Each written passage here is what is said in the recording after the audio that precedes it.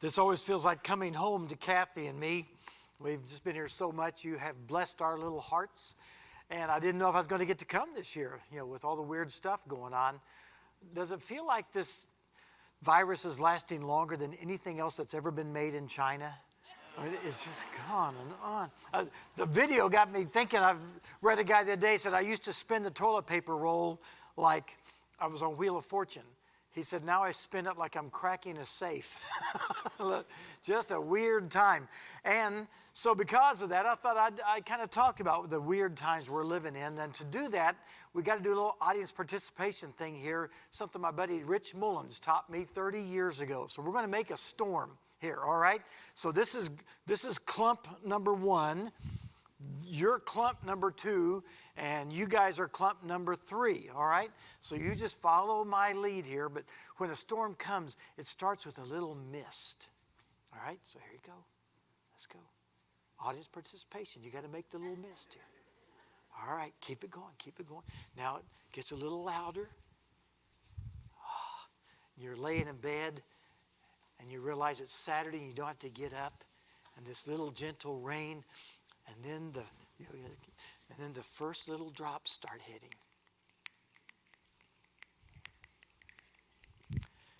A little heavier, gets a little heavier. And it's like, oh man, this is going to be great. You pull the covers up, and then it really starts getting a little louder here. All right, ready? Now you guys come along, and then you guys come along. And then it's really, this really gets great. Now with the carpet, it's not as good, but go ahead and give it a try, all right?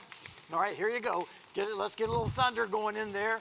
All right, you ready? There you go. You guys are good. And then it just gets stronger and stronger, and you're just cuddled up, and you hate it when an hour later, stop the legs. Just get. Now, all right, now stop your legs. Keep your legs going. I haven't stopped you yet. All right, now you can stop your legs, and now you stop. Now you can stop your leg, and now you start going here. No, you're still slapping your legs, all right? Here we go. Okay, now. It's drifting off, and you're so sorry the storm is beginning to unwind down. It's just getting the last few raindrops stop clicking. And I guess we're going to have to get up because the storm is about to come to an end. All right. Good job. You did that as well as Rich Mullins ever led a youth convention doing that. All right, now, he went to stage 4 when we were full bore. So get ready to go to stage 4 without any warning, okay? Because here's the story. It's from Matthew chapter 8. Jesus has been teaching. Then he got into the boat, and his disciples followed him. Without warning, a furious storm came up on the lake. Boom, go, for stage 4, let's go. Come on, without warning. A furious storm came up on the lake so that the waves were sweeping over the boat. The disciples were scared. Jesus was sleeping. The disciples went and woke him up saying, Lord, save us, we're going to drown. And Jesus replied, oh, you of little faith, why are you so afraid? And then he got up and rebuked the winds and the waves, and it was completely calm. And the Weather Channel people freaked out.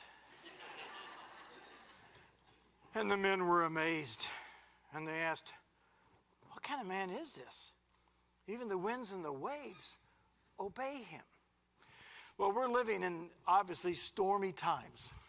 Political discord, racial disharmony, COVID fears, economic downturn, all that kind of stuff. And it just is like, what's going on? I read earlier to the early service a verse in Psalms that says, when the foundations are being destroyed, what can the righteous do?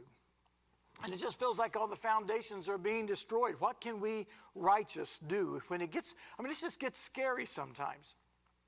So we're going to talk about that today. We're going to talk about storms and some things that just may help you as you go through whatever particular storms are a part of your life. The disciples, basically, the translation of the verse, they were petrified. They were just scared. And they weren't stupid to be afraid. They were fishermen. They knew this lake.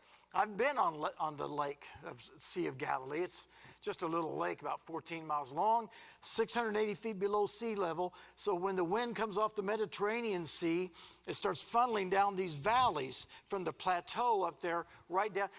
And you can be out on the lake in a beautiful day like we're having today, and literally within 5 minutes, those storms can just funnel right down. So these guys, they knew the lake.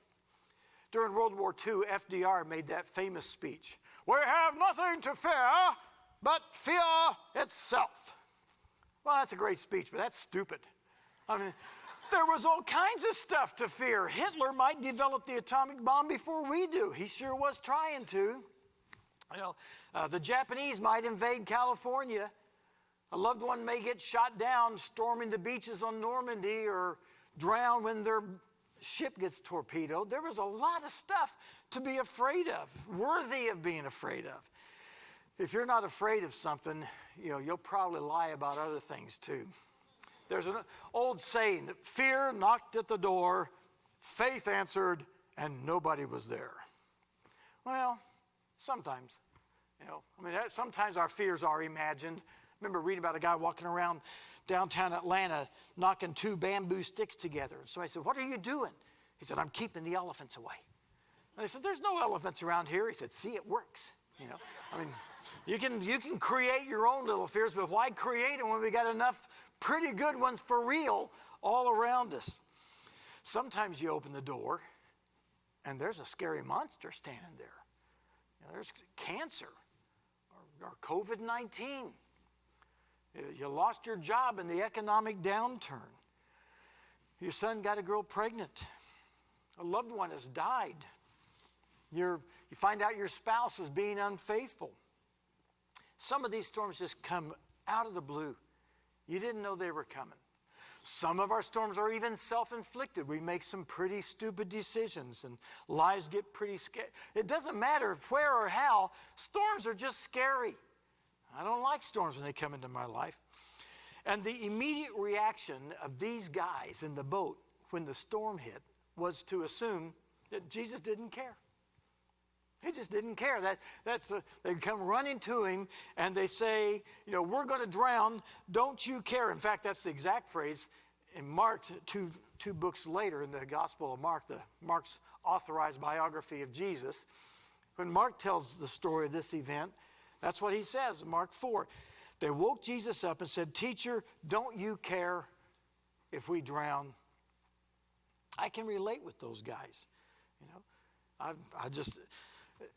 When storms hit, it's not that suddenly we doubt God's existence.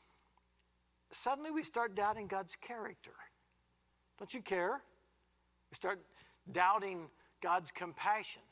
And I don't know why we do that, because every Sunday when I was growing up, when you passed communion, everybody snapped the little crackers. That was always such a neat sound. Nowadays you hear the wrinkling of the cups as everybody's opening up the little plastic cups at communion. But every Sunday we do the wrinkling thing, trying to get that first level off before we get to the grape juice and everything, to remember that Jesus, you read David in the Psalms, and all of his Psalms, it seems like going, "God, are you paying any attention to what's happening to me? Don't you care?" And every 7 days we gather with these little plastic things to remember Jesus hanging on the cross saying, "Do you care what's happening to me? Has anybody seen what's happening to me?" How can we doubt his compassion and his character when every Sunday we do this? Remember, but we do. We still doubt. Again, that's, I think, why we like the Psalms so much. So let me just, from this little passage, bring up 3 little things to be aware of when the storms hit and they get really scary and you're tempted to think, "I don't think God cares. I don't think he's paying any attention." And one of the first things to bring up is that you do need to notice the leadership, the loving leadership of Jesus. It was the first verse I read there from the story of Matthew chapter 8. Jesus got in the boat and his disciples followed him. And I remember reading that thinking, so are there disciples that don't follow him?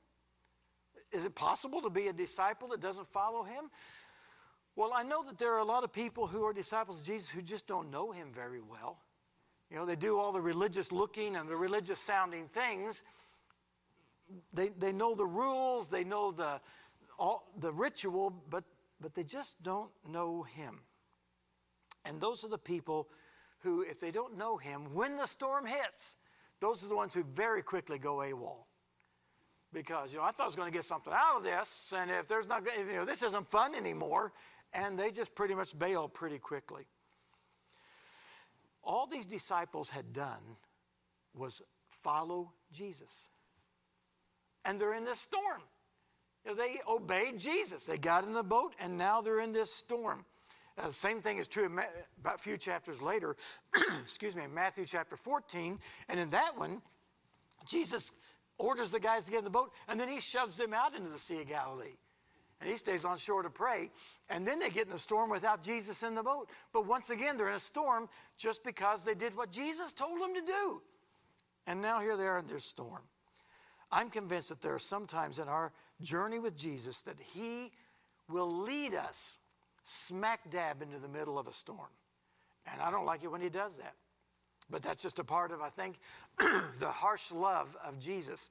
A few years ago when I was here, I think I talked about Steve Brown, his interesting teaching one time that he said he thinks every time a non-Christian gets cancer, God sees to it that a Christian gets cancer, so the world can see the difference of how they deal with it. That every time a non-believer loses his or her job, God sees to it that a believer loses his or her job, so the world can see the difference of how they deal with that adversity. Now, I don't think Steve really believes that, and I really don't believe that's the way God operates. But I like that idea, don't you? That we don't live in this little plastic bubble when you become a Christian.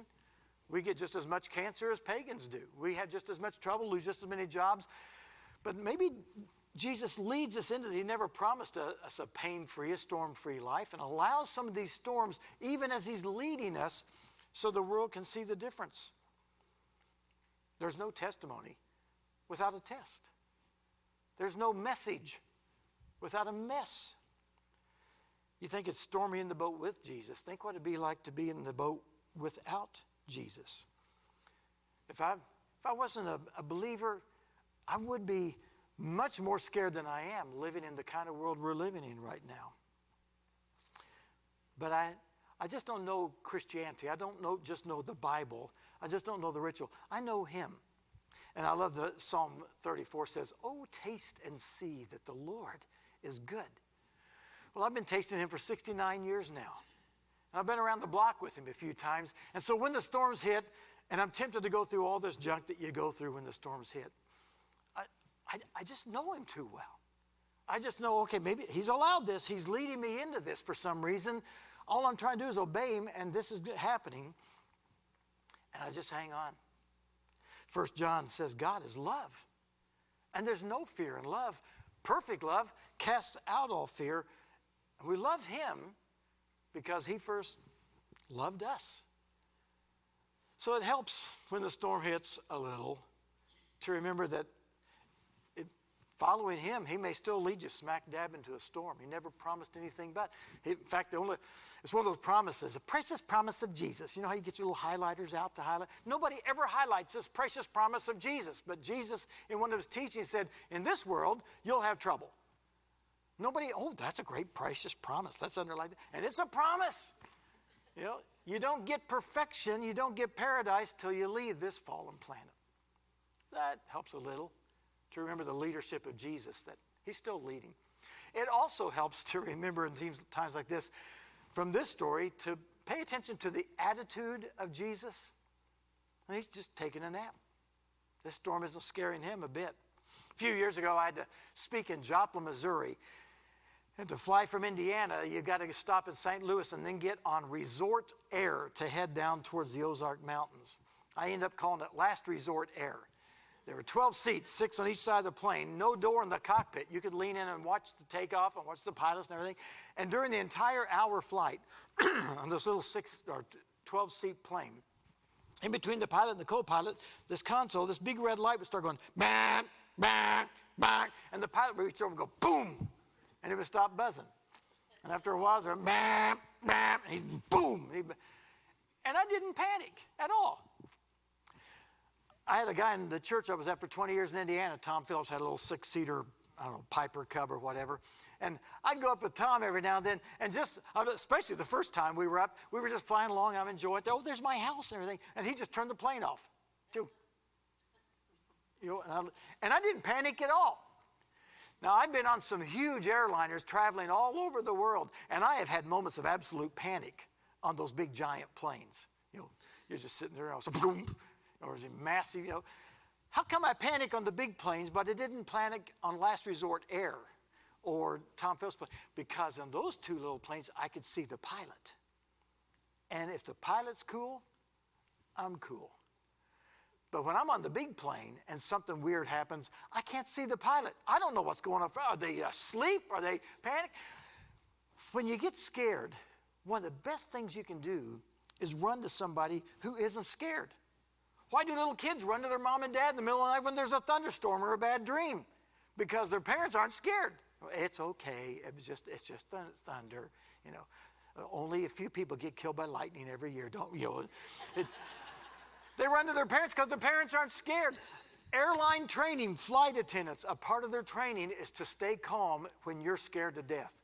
Because if you've been on a plane, when something weird happens, everybody on the plane looks at the flight attendants. And if the flight attendants are going, oh, it happens all the time, you know, doors pop open and people get sucked out all the time. You know, let me fluff your pillow up here and everything. Because the airlines know if something happens and the two flight attendants at the front look at each other and go, Marge, we're going to die. The whole place is going to erupt into a riot. But they're trained to just stay calm. When you get scared, it's fun, it's good to run to somebody who's not scared. And that's why these disciples ran to Jesus, I think. Look at the attitude he took. It's just a storm. I can deal with this.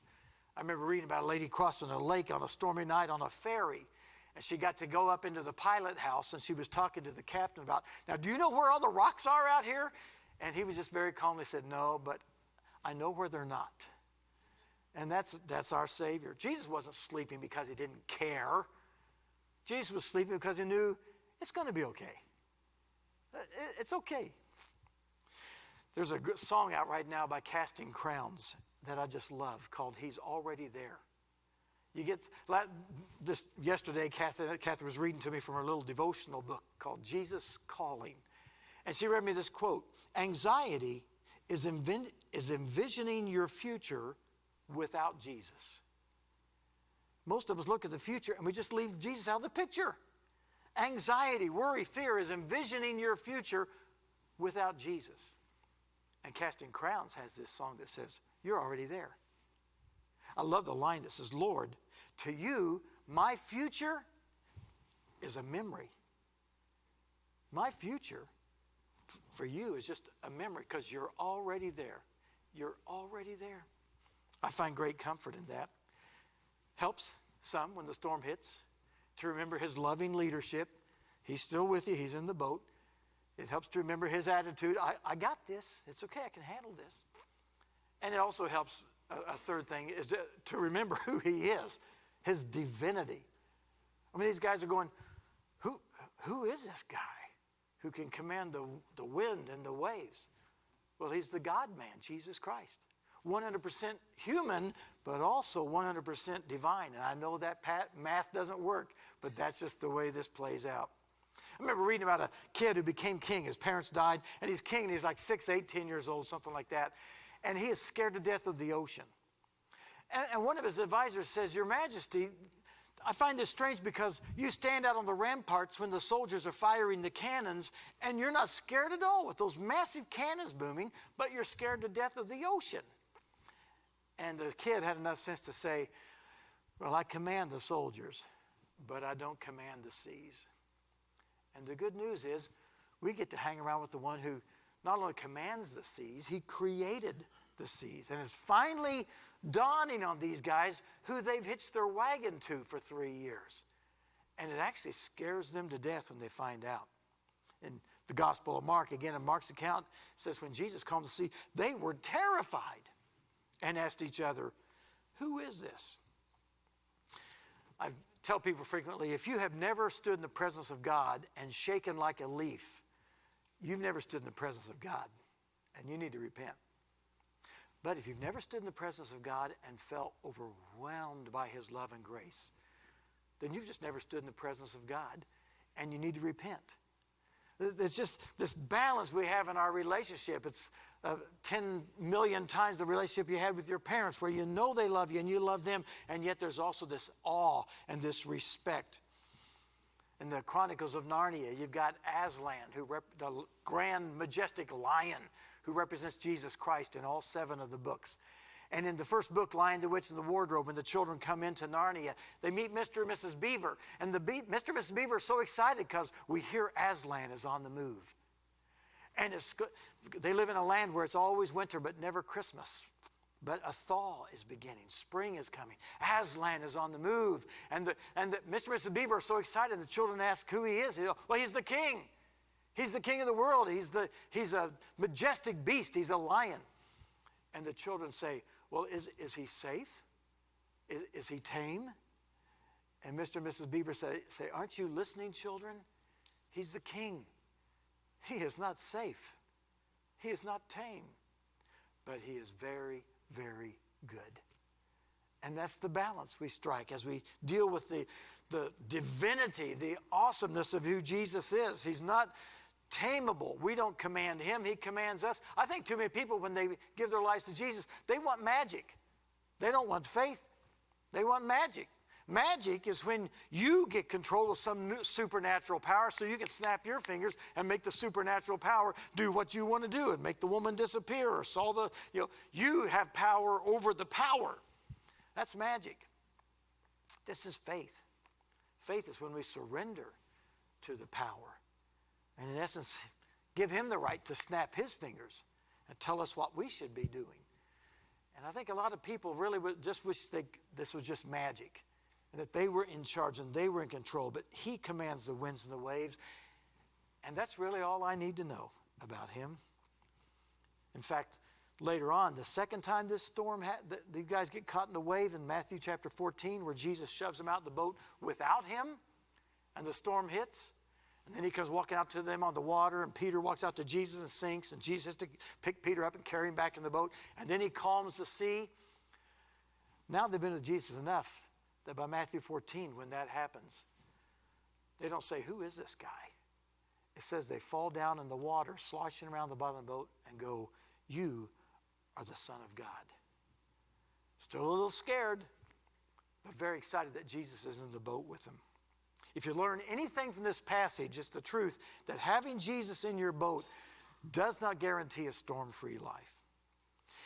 And the fact that he calmed 2 storms in the book of Matthew doesn't mean he's going to calm every storm in our lives. In fact, as far as we know, we only did this twice in the history of the world. Sometimes he calms the storm. More often, he calms the child as we continue to go through the storm. And that's okay. As long as Jesus is with me, I'm going to make it.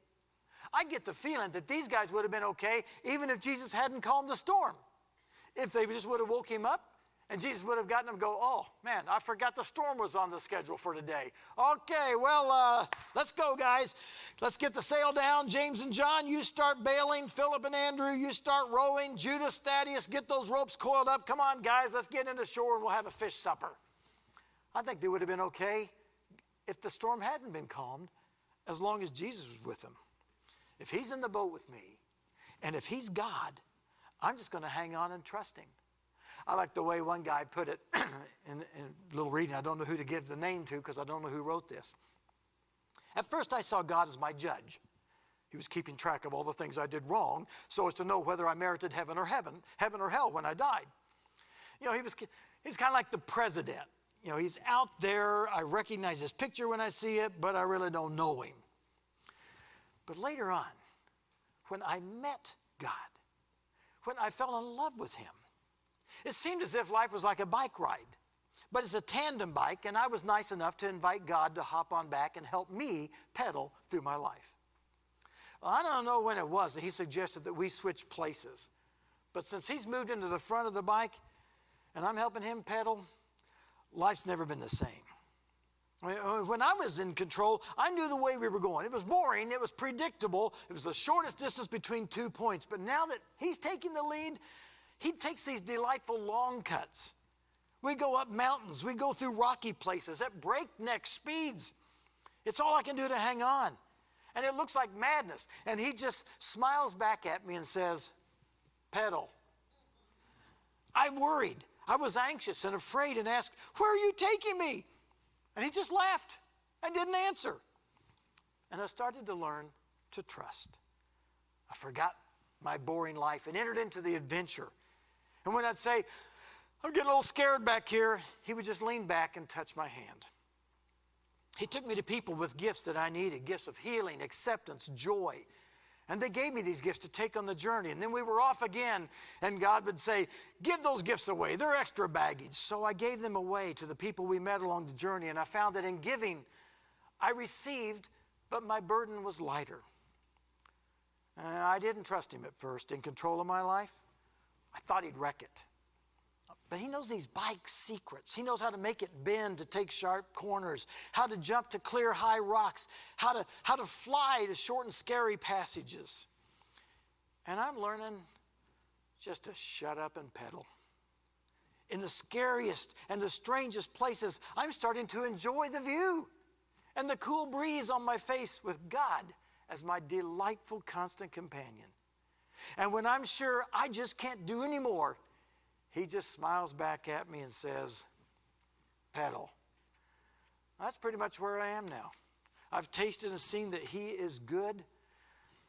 Yes, he's led me in some places I wish I hadn't have gone, but I'm looking back now and saying, thank you. I learned some really important stuff. In fact, I've learned some of the best lessons in life in the harder places than in the good places. And I've discovered that he's in charge. Pay attention to his attitude. If he's cool, I'm cool. He is God. He controls and creates the winds and the waves. He doesn't calm every storm. Sometimes he is the calm in the midst of the storm. Jesus tells these guys when they wake him up, he says, why do you have such little faith? But he doesn't seem to be real irritated. In fact, he was saying, all right, I can do something with that.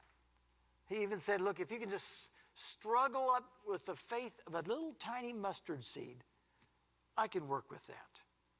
If that's all you've got this morning is just that much faith. You don't know if you buy into everything, but you've accepted the fact there's got to be a creator, and apparently Jesus is his only begotten son, and apparently he died for me. If that's all the faith you can muster, if that's all you understand, he'll start there with you. He'll begin there with you. Friends, the storm warnings are out. This isn't going to be a fun place to live. It's a fallen planet. You're not going to live a storm-free life. It's going to be scary at times. I don't know what the future holds. I just know who holds the future. And that changes everything. There's an old hymn we used to sing. We rewrote one little line on it. Turn your eyes upon Jesus. Look full in his wonderful face. And the storms of life will grow strangely calm in the light of his glory and grace. So the question is, we're all going to go through our storms. Nobody gets out of this without scars. Is that all you want to talk about? Your storms? People don't want to hang around with you if that's all you talk about. Good night. All she ever wants to talk about is that gallbladder surgery that went bad. That's not attractive. Everybody's got storms. Or do we also, as we talked about the storm, difficult stuff we're going through, do we also point to our traveling companion, the calm, the one who's journeying with us through the storms? If our storms point us to Jesus and help us to point other people to Jesus, then go ahead and let him blow till he comes home. Father, on behalf of all of us gathered here, I want to thank you because this is hard, and it's getting harder down here, and you know that. You're watching. You hate what has happened to this planet you created with such love. But thank you that you're with us. I find great comfort in that. Thank you for the hope that this isn't all there is. That this is all going to be wrapped up someday. We find great comfort in that. And we only get to enjoy the anticipation of that because of Jesus and what he did for us. So on behalf of all of us gathered in this room, I want to thank you for the gift and the hope you've brought to us in Jesus. I say it to you over and over again. We realize increasingly we're not good people. I don't know why we think we deserve a cruise ship with sunshine all the time, because we're not good people. We don't deserve that. We know what we deserved. We're not good people, but we're your people. And that's changed everything. And so we say all this to you Ask you for your presence. Remind us of the hope in the name of the one who brought it to us, the name Jesus. Amen.